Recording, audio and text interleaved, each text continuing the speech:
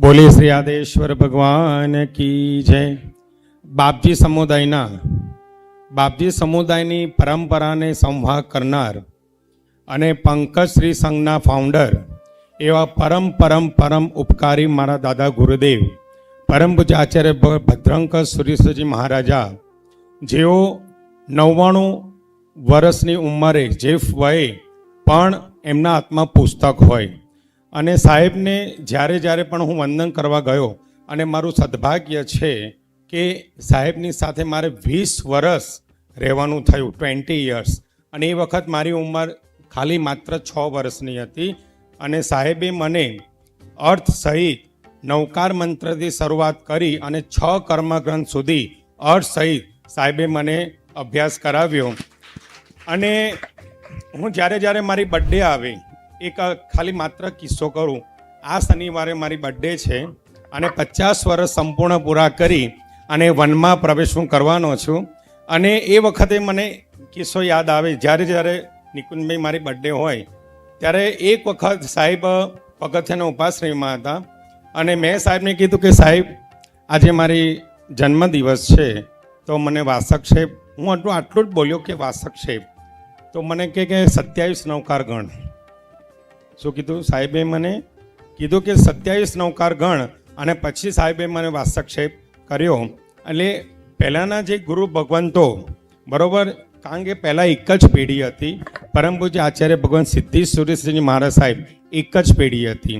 અને મારું નસીબ નહોતું કે સાહેબને મેં સાંભળ્યા નથી, પણ એ સિવાય બધા સાહેબ, કલાપૂર્ણ સુરેશ્વરજી મહારાજ સાહેબ, હિમાંશુ શ્રી મહારાજ સાહેબ, ભુવન ભાનુ સુરેશ્વરજી મહારાજ સાહેબ, નરત્ન સુરેશ્વરજી મહારાજા, ભદ્રંકર સુરેશ્વરજી મહારાજા, રામચંદ્ર સુરેશ્વરજી મહારાજા, જેટલા પણ તમે વડીલ આચાર્ય ભગવંતોના નામ તમે ખબર છે, એ બધા જ ગુરુ ભગવંતોના જીનવાણી મેં સાંભળી છે. અને જો ગુરુ ભગવંતના હૃદયમાં જે દિવસે આપણું સ્થાન થઈ જાય ને, આપણો બેડો પાર છે. અને મને ખબર કઈ રીતે પડી, હું ક્યારે પણ જાહેરમાં ગુરુવંદન કરવા ના જાઉં. હું ગુરુવંદન કરવા જાઉં બપોરે, જ્યારે સાહેબ કોઈ એમની પાસે ન હોય, અને સાહેબ પંકજમાં હતા, અને એ વખતે હું વંદન કરવા માટે ગયો. અને મારું વંદન 2 થી 3 મિનિટ ચાલે. એટલે મેં ખમાસમણ આપ્યા, ઈચ્છકાર સૂત્ર બોલ્યો, અને સાહેબને પૂછ્યું, સ્વામી સાતા છેજી, ખાલી એમને ડોકું હલાવ્યું. અને પછી હું આગળ વધ્યો, અને મારી એક ટેવ ગણો કે ટેવ, બરાબર છે, દરેક ગુરુ ભગવાનને સ્પર્શ કરવાનો, બરાબર. અને મેં સાહેબને સ્પર્શ કર્યો. અને એ વખત સાહેબ વાંચતા હતા અને સ્પર્શ કર્યો.